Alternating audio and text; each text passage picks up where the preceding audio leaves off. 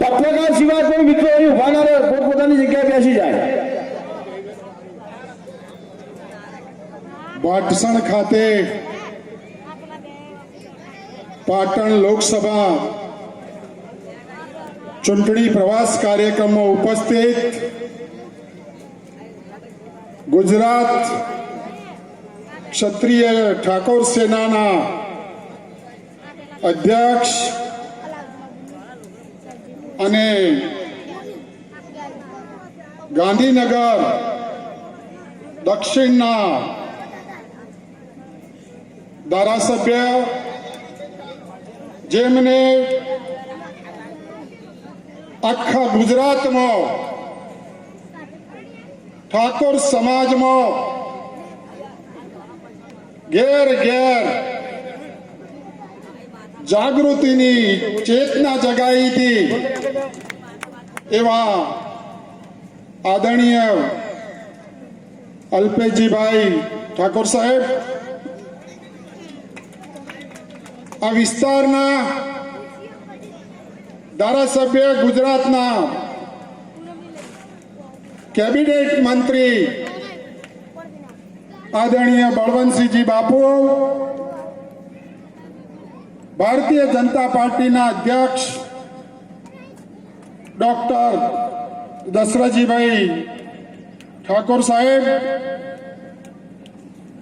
Dice ઉપર બિરાજમાન સૌ ભારતીય જનતા પાર્ટીના રત્નો સમાન કાર્યકર્તાઓ, પદાધિકારીઓ, આજુબાજુથી પધારેલા સૌ સમાજના શ્રેષ્ઠીઓ, પૂજ્ય વડીલો, યુવાન મિત્રો, માતાઓ, ભાઈઓ, બહેનો, પત્રકાર મિત્રો,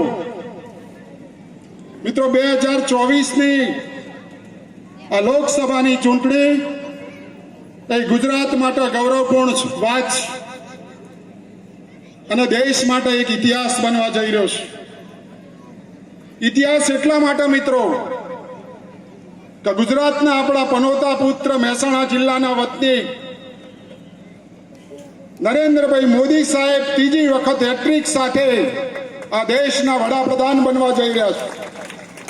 કારણ કે ભારતીય જનતા પાર્ટીએ આ દેશની જનતાને એના ચૂંટણી ઢંઢેરામાં જે વચનો આપ્યા હતા એ વચનોનું અક્ષરશઃ પાલન કર્યું છે.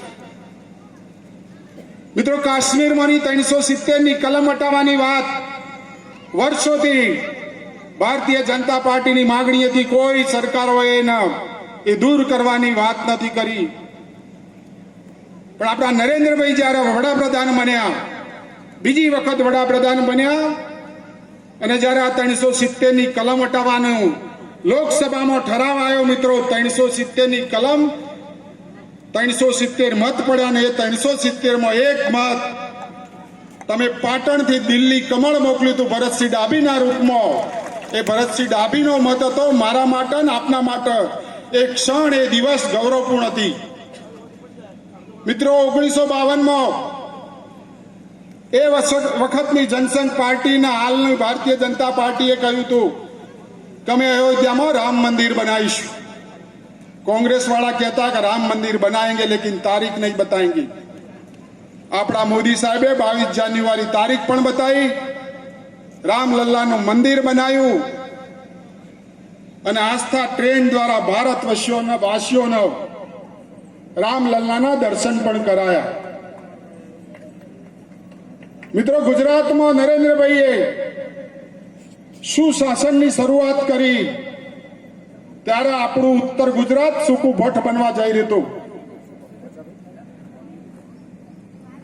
ગાદી ઉપર બેઠા મુખ્યમંત્રી તરીકે 6000 કરોડની સુજલામ સુફલામ યોજના પાણી માટે મંજૂર કરી. તાજેતરમાં આપણે ગુજરાત સરકારને 156 સીટો સાથે ગાંધીનગરમાં ભૂપેન્દ્રભાઈ પટેલ સાહેબની આગેવાનીમાં જે સરકાર બનાવી છે, એ સરકારે ડાયસ ઉપર બિરાજમાન આદરણીય બળવંતસિંહજી બાપુ, અલ્પેશભાઈ, એ સરકારનો ભાગ છે.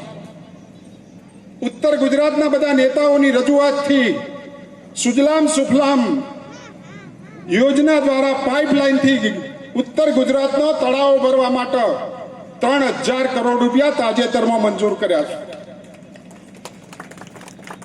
મિત્રો, ભારતીય જનતા પાર્ટી